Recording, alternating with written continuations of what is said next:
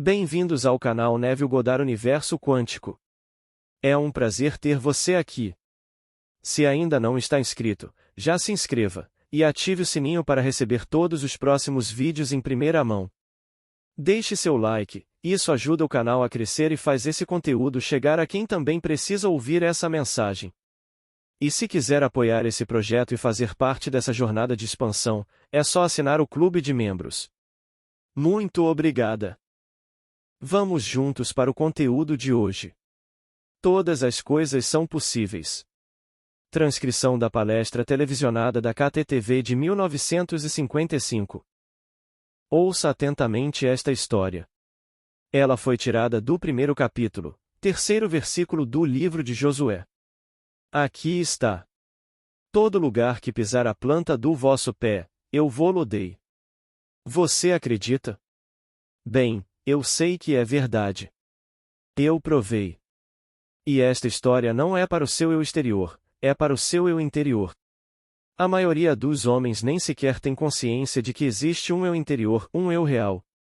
No Novo Testamento, a frase é expressa desta forma: o homem natural não aceita as coisas do Espírito de Deus, porque lhe parecem loucura, e não pode entendê-las, porque elas se discernem espiritualmente.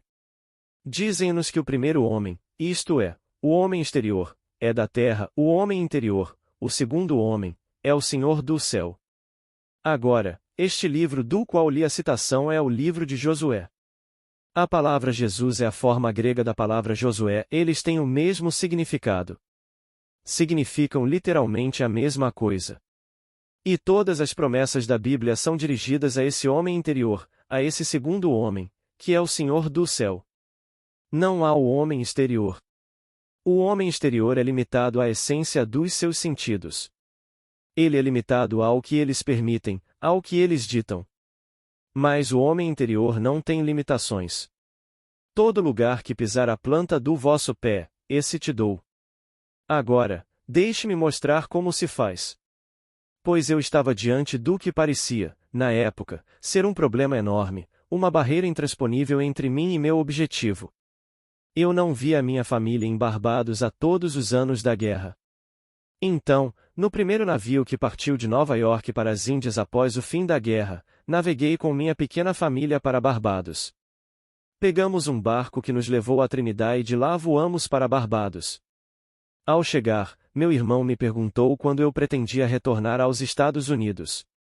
Pois era 30 de janeiro e, depois de voltar para casa depois de tantos anos, gostaria de ficar até talvez o final de abril e retornar por volta do dia 1º de maio. Então ele me disse: claro, você providenciou seu retorno enquanto estava na América. Eu disse: não providenciei. Ele disse: Neville, como você pôde deixar a América, que é a capital do mundo? Tudo acontece lá, especialmente na cidade de Nova York. E se alguma passagem pudesse ser providenciada, certamente deveria ter sido feita na cidade de Nova York. Você percebe que há literalmente milhares, dezenas de milhares de pessoas esperando por todas as ilhas para viajar para a América?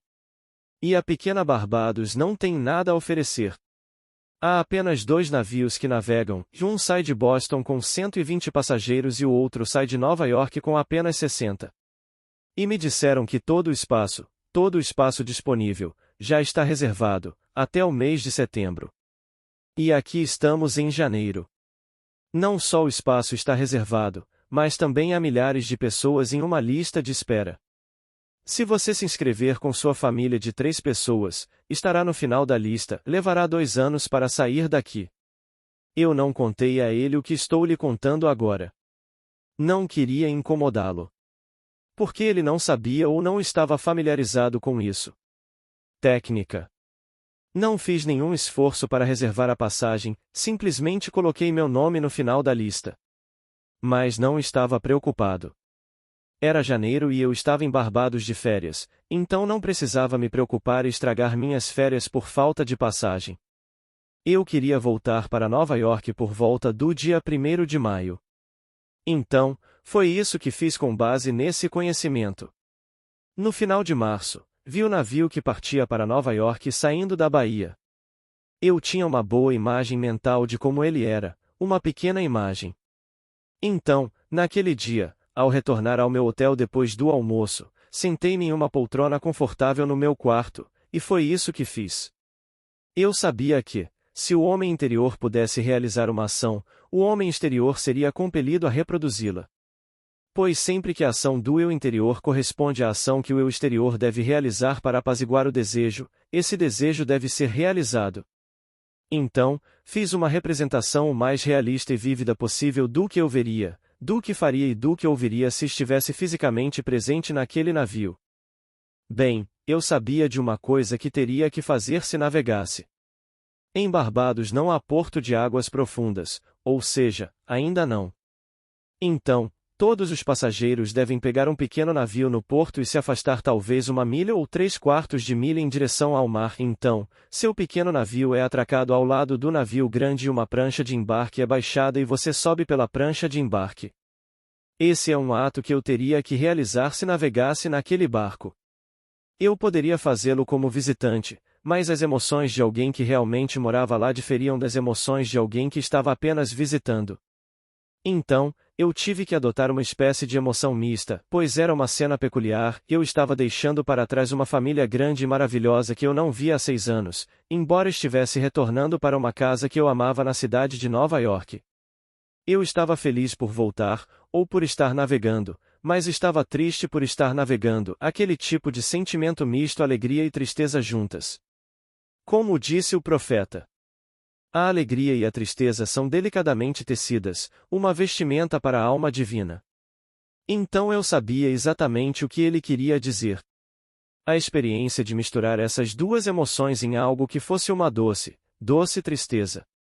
Então, com a imagem em mente do que eu teria que fazer, sentei-me em uma cadeira como estou sentado aqui. Primeiro, induzi um estado de sonho, e a razão para isso é esta. O livro de Jó nos diz: em um sonho, em uma visão da noite, quando o sono profundo cai sobre os homens, em sonolências na cama, então ele abre os ouvidos dos homens e sela a sua instrução. Bem, eu sabia que aquele que selaria estava dentro de mim, pois Deus está no homem, não do lado de fora do homem. Deus está em você. Então, aquele em mim teria que ser meu próprio e maravilhoso eu sou. Esse é o Deus no homem, a consciência do homem. E esse homem interior é seu filho, seu único filho adorável gerado, que é a minha imaginação. Bem, sentado naquela cadeira, induzi um estado de sonolência, aquele estado de sonho, sonolência, que beira o sono.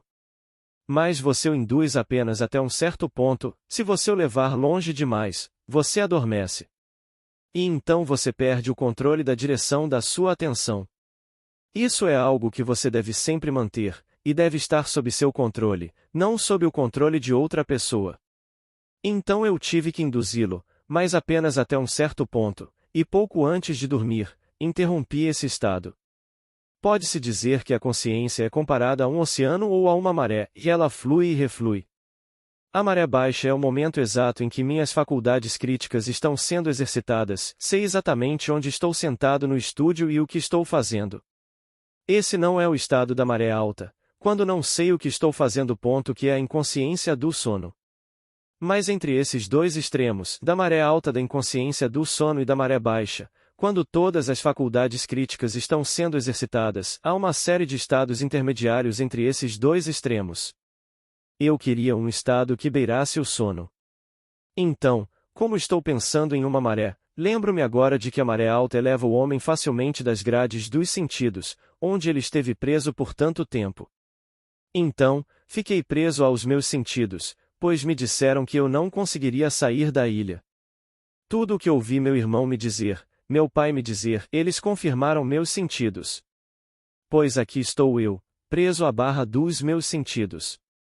Mas eu sabia que poderia me libertar do que eles sabiam, do que meu homem exterior sabia, do que minha faculdade crítica sabia, e realmente navegar para meu lugar na cidade de Nova York.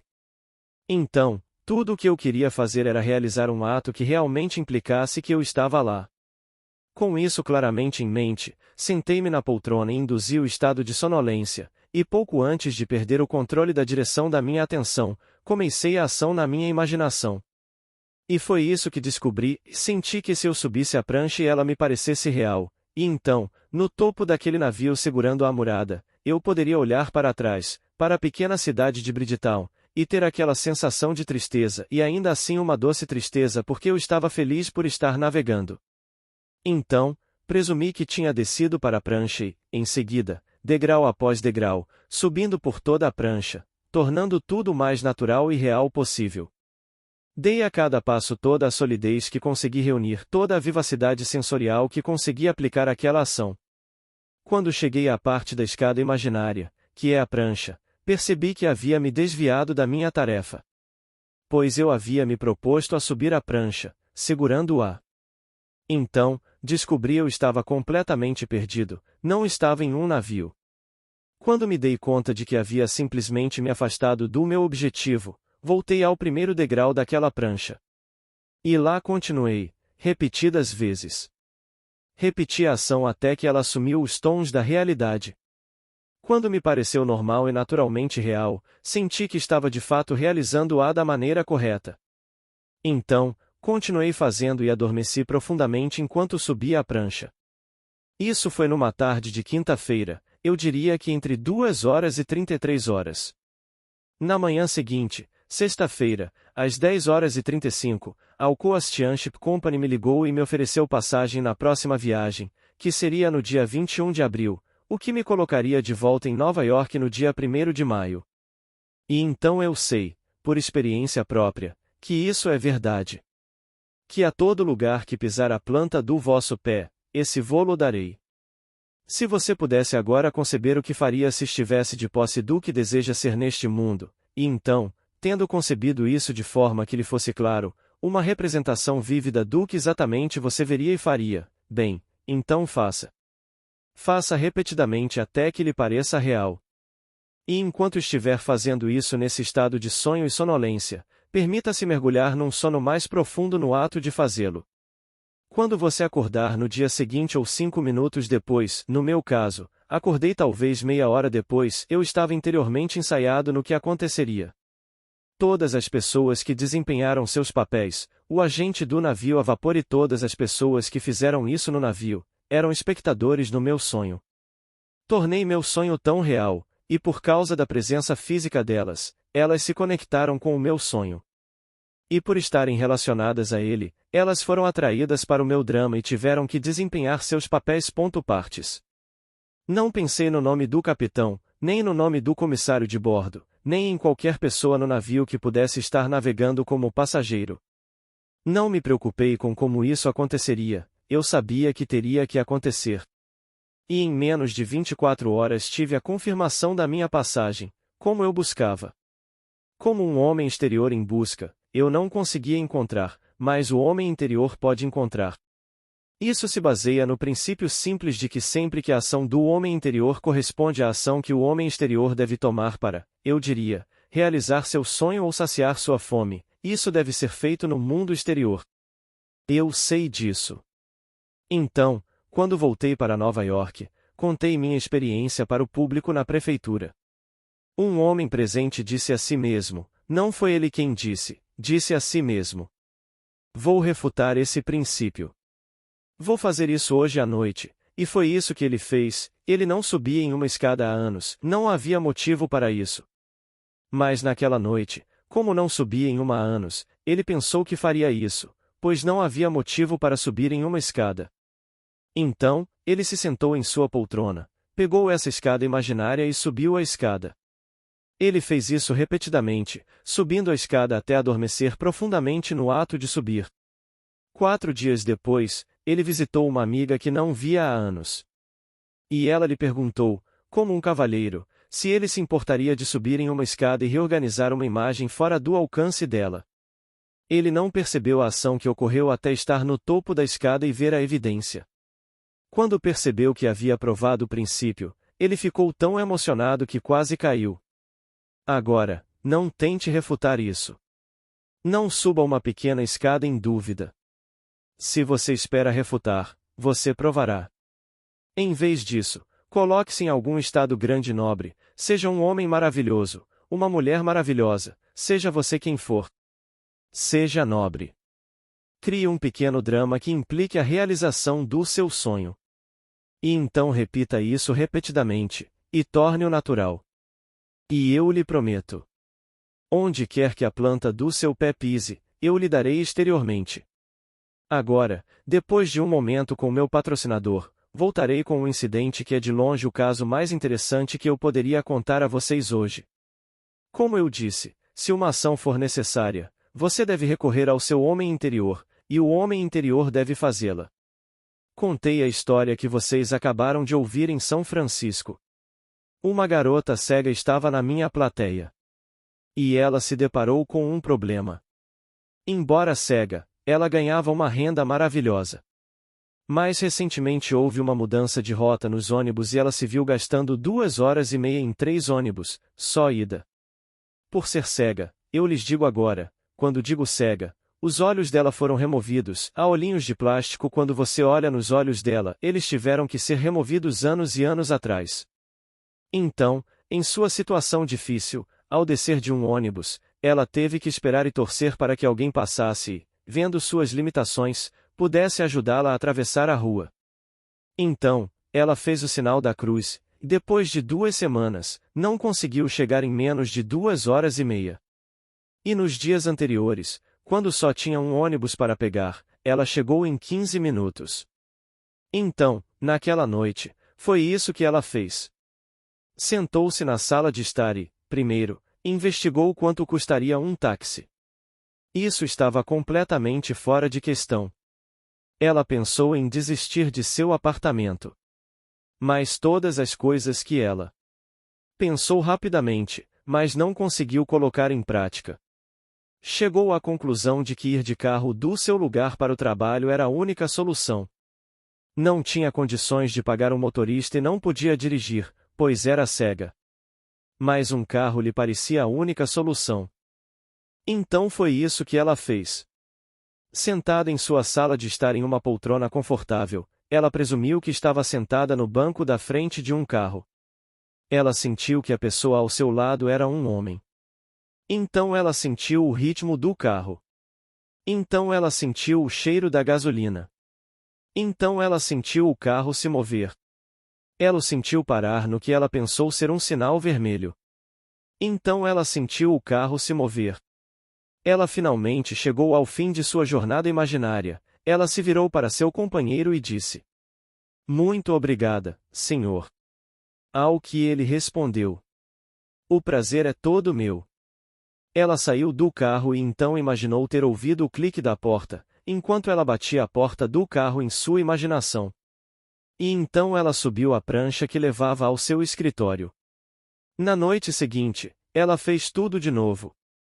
Ela fez isso até que lhe pareceu que estava realmente em um carro, ela podia realmente se ver em um carro e dirigindo pelas ruas de São Francisco, parando em frente ao seu prédio de escritórios, saindo, agradecendo ao seu motorista e então subindo a rampa. Na segunda noite, logo depois de ter feito isso e dado um tom de realidade, sua companheira leu o Jornal da Tarde para ela. E lá no Jornal da Tarde estava a foto de um homem interessado em cegos. Depois de ler o artigo, ela pensou em ligar para ele. Procurou o nome dele na lista telefônica, encontrou o nome dele e ligou. Ele disse que estava interessado em cegos, como dizia o jornal, mas que não era hora nem lugar para ligar para ele. Se ela lhe escrevesse uma carta longa e detalhada, ele levaria em consideração a natureza do problema dela.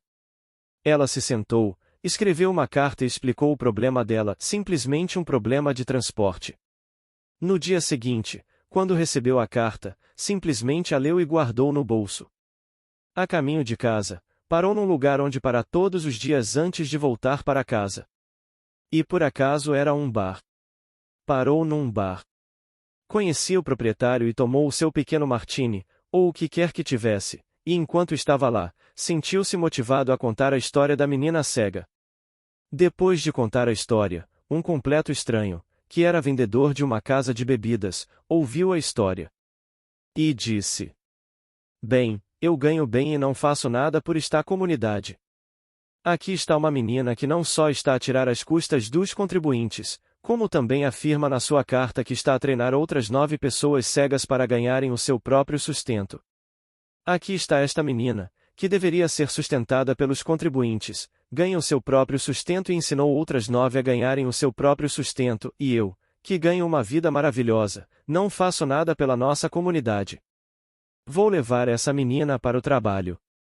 O homem que recebeu a carta disse: Se você, um completo estranho, a levar para o trabalho, eu, que me interesso por cegos e faço disso meu trabalho, a levarei para casa. E esse era o acordo. Isso foi há quase 3 anos. Eu vi aquela garota há cerca de 6 meses e ela me disse que não falhou um dia sequer de uma semana de 5 dias. 5 dias por semana, um cavalheiro a pega e a leva para o trabalho e outro a leva do trabalho para casa. E aqui está a parte estranha. Na primeira manhã em que ela dirigiu com um desses homens, ela se virou para ele ao sair do carro e disse: Muito obrigada, senhor, ao que ele respondeu: O prazer é todo meu. As mesmas palavras que ela em sua imaginação foi usada para fazer a cena parecer natural desde o primeiro dia. Agora, ela fez isso 2 vezes, no terceiro dia, ela estava sendo levada para o trabalho. Eu digo a você que se ela consegue fazer isso, e se o orador consegue, você também consegue. Eu já fiz isso inúmeras vezes e ensino outros a fazerem. É uma técnica simples, muito simples. Você deve aprender a acreditar no homem interior e na realidade do que é para você, no momento, um reino invisível.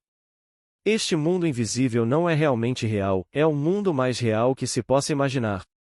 E o homem interior relacionado a ele é um ser muito mais real do que a personalidade exterior a qual você se apega e na qual pensa tanto neste mundo. Tente. Essas coisas nunca falharão. Sempre que a ação do seu eu interior corresponder à ação que o seu eu exterior deve tomar para apaziguar seu desejo, esse desejo será realizado.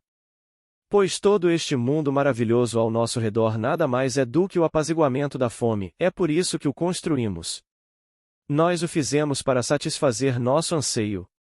Você tem um anseio intenso, uma fome maravilhosa neste mundo, pode ser por um emprego, pode ser um aumento de renda, pode ser por algum relacionamento maravilhoso e harmonioso em um lar que agora está tenso, não importa o que seja, construa um pequeno ato, essa ação interior, de que seu sonho foi realizado, então tome essa ação e interiormente a repita repetidamente até que ela assuma os tons da realidade. Quando para você parecer natural, então você pode dormir. Mas eu acredito em não dormir durante a ação. De alguma forma estranha, parece dificultar o intervalo entre a ação e a realização. Claro, você não precisa dormir. Mas descobri por experiência própria que, se eu conseguir dormir enquanto estou realizando a ação que implica a realização do meu sonho, eu rapidamente colapso o tempo. Em Barbados, levei menos de um dia para conseguir passagem num navio, embora o navio só partisse dali a 21 dias. Mesmo assim, eu sabia que iria embarcar naquele navio. Eu tinha uma prova tangível, eu tinha a passagem em minha posse. Essa moça levou talvez 2 dias. Embora tenha sido levada no terceiro dia, ela só conseguiu fazer isso em 2 noites. 2 noites sentada na sala de estar, presumindo que estava num carro, sentiu o cheiro da gasolina, desviou toda a sua atenção e alucinou. Você pode alucinar com visões, cheiros, tato. Posso pegar minha mão agora, colocá-la sobre este livro e presumir que estou acariciando algo que não está aqui para ser visto por ninguém. E me perder nisso até que me pareça natural. Se eu fizer isso até que pareça natural, e dormir enquanto faço, você não acha que se tornará minha percepção?